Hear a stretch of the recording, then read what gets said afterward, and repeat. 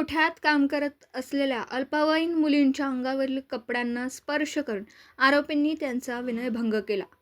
त्यांचे आई वडील व आजी आजोबाला शिवीगाळ करून लोखंडी गज व लाथाबुक्क्यांनी मारहाण केल्याची घटना राहुरी तालुक्यातील उंबरे परिसरात 19 फेब्रुवारी रोजी सायंकाळच्या दरम्यान घडली. या घटनेतील एक 12 वर्षीय व 13 वर्षीय वय असलेल्या 2 अल्पवयीन मुली सख्ख्या बहिणी आहेत. 19 फेब्रुवारी रोजी सायंकाळी 7 वाजण्याच्या दरम्यान दोनही अल्पवयीन बहिणी गोठ्यात गाईचे दूध कॅनमध्ये भरत असताना तिथे आरोपी आले. त्यावेळी आरोपींनी अल्पवयीन बहिणींचा हात धरून ओढला व त्यांना लज्जा उत्पन्न होईल असं वर्तन केलं. मुलींनी आरडाओरड केला असता तिथे त्यांचे आई वडील व आजी आजोबा आले. त्यावेळी आरोपींनी त्यांना शिवीगाळ करून लोखंडी गज व लाथाबुक्क्यांनी मारहाण केली. मुलींच्या वडिलांच्या डोळ्यात मिरची पूड फेकली आणि आईच्या गळ्यातील मणिमंगळसूत्र काढून नेलं.